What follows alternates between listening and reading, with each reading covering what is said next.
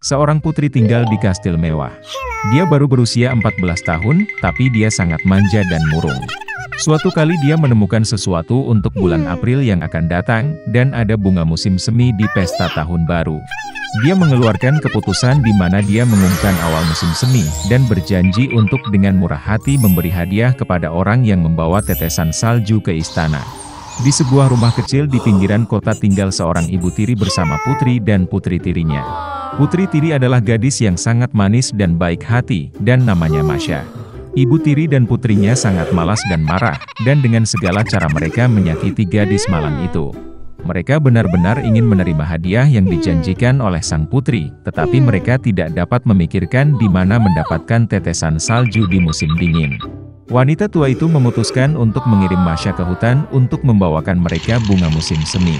Putri tiri mulai memohon kepada ibu tirinya untuk mengasihani dia, karena di luar gelap dan dingin. Dan jenis tetesan salju apa yang bisa ada di musim dingin?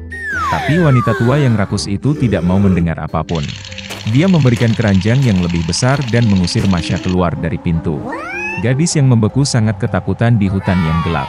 Tiba-tiba, di kejauhan, dia melihat cahaya. Dia senang dan pergi menemuinya. Ternyata itu adalah kobaran api besar, dan 12 orang menghangatkan diri di sekitarnya. Dengan mengumpulkan keberanian, gadis itu mendekati mereka dan memberitahu mereka bahwa ibu tiri yang jahat telah memaksanya pergi ke hutan dan mengumpulkan tetesan salju.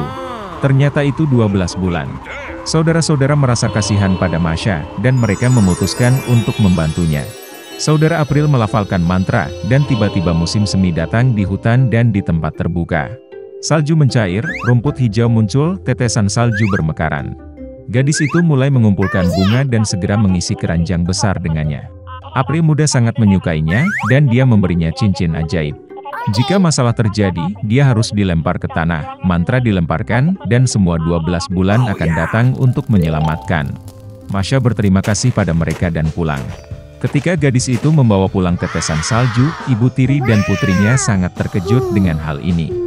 Masha sangat lelah karena perjalanan, dan langsung tertidur lelap. Kakak tirinya curiga ada yang tidak beres. Saat gadis itu tidur, dia menemukan cincin ajaibnya, dan membawanya ke dirinya sendiri. Setelah bangun, putri tiri menemukan kehilangannya. Dia mulai memohon untuk mengembalikan cincin itu, tetapi ibu tiri dan putrinya tidak mau mendengar apapun. Mengambil sekeranjang tetesan salju, mereka bergegas ke istana kerajaan. Ada pohon tahun baru yang dihias dengan indah di istana. Tetapi perayaan yang akan datang sama sekali tidak menyenangkan putri yang berubah-ubah. Dan hanya ketika ibu tiri dan putrinya membawakannya sekeranjang tetesan salju, sang putri mengubah amarahnya menjadi belas kasihan.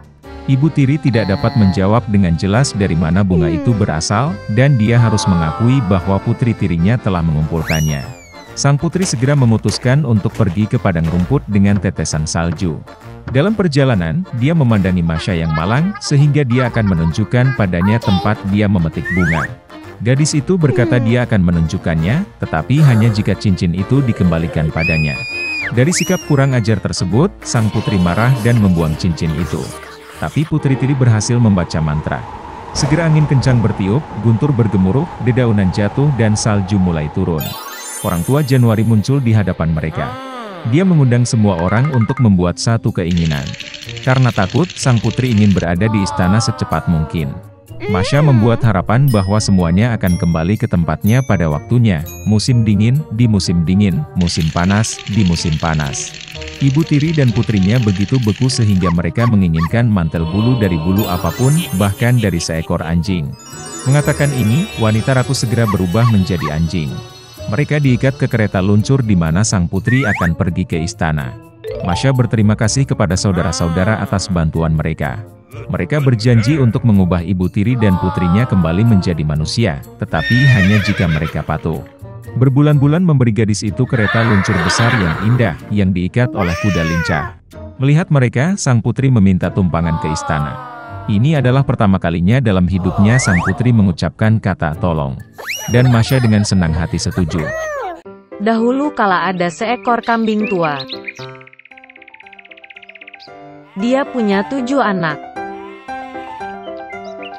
Dia mencintai mereka seperti hanya seorang ibu yang bisa mencintai anak-anaknya. Dia akan pergi ke hutan, membawa tumbuhan dan ranting untuk makan siang.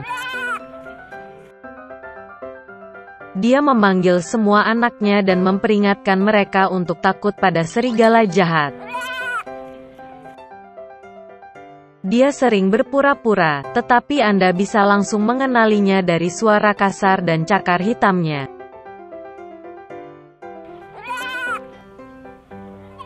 Anak-anak memahami segalanya dan meyakinkan ibu mereka bahwa mereka akan sangat berhati-hati. Kambing tua itu berangkat dengan tenang. Sedikit waktu telah berlalu. Tiba-tiba, seseorang mengetuk pintu dan berteriak dengan suara kasar agar anak-anak segera membukanya. Tetapi anak-anak dari suara kasar itu menyadari bahwa itu adalah serigala. Mereka menjawab bahwa itu bukan suara ibu, suaranya lembut dan kurus, dan suara ini sangat kasar, artinya itu adalah serigala. Kemudian serigala pergi ke pedagang dan membeli kapur besar. Dia memakannya, dan suaranya menjadi tipis. Dia kembali, mengetuk pintu dan dengan suara pelan meminta anak-anak untuk membukanya. Serigala meletakkan cakarnya di jendela dan menunggu. Dan anak-anak melihatnya, dan menjawab bahwa kaki ibu itu bukan hitam, tapi putih, yang artinya itu adalah serigala. Kemudian serigala itu lari ke toko roti dan meminta untuk memberinya sedikit adonan. Serigala mengurapi cakarnya dengan adonan. Penjahat itu datang ke pintu untuk ketiga kalinya, meletakkan kaki putihnya di jendela dan mengetuk. Mereka melihat anak-anak bahwa kakinya putih, dan mengira itu adalah ibu mereka. Mereka membuka pintu, tapi ada serigala di depan mereka. Mereka ketakutan dan mulai berpencar ke segala arah. Seorang anak melompat ke bawah meja, yang lain di tempat tidur, yang ketiga di atas kompor, yang keempat ke dapur, yang kelima ke lemari, yang keenam di bawah wastafel, dan yang ketujuh bersembunyi di jam kakek. Tapi serigala menemukan semuanya, membuka rahangnya dan menelan satu persatu. Hanya satu hal yang tidak dia temukan, yang termuda, yang bersembunyi di dalam jam. Setelah makan sampai kenyang, serigala pergi. Dia berbaring di padang rumput hijau di bawah pohon dan tertidur. Segera seekor kambing tua pulang dari hutan. Oh, apa yang dia lihat di sana? Titik-titik. Pintunya terbuka lebar. Meja, kursi, bangku terbalik, wastafel rusak, bantal dan selimut terlempar dari tempat tidur.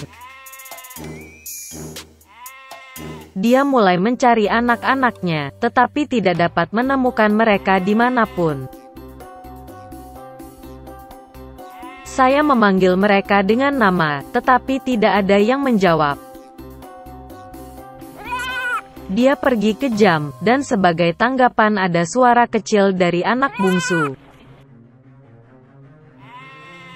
Dia membawanya keluar dari sana, dan dia berkata bahwa seekor serigala datang dan memakan semua orang. Betapa kambing itu menangisi anak-anaknya yang malang. Akhirnya dia meninggalkan rumah, dan kambing termuda mengejarnya. Dia datang ke padang rumput, melihat seekor serigala sedang berbaring di dekat pohon dan mendengkur sehingga dahannya bergetar. Dia menatapnya dari semua sisi dan melihat bahwa di perutnya yang membengkak ada sesuatu yang bergerak dan menggelepar. Dia menduga bahwa ini adalah anak-anaknya, dan sangat bahagia karena mereka masih hidup. Dia menyuruh anak itu lari pulang secepat mungkin dan membawa gunting, jarum dan benang.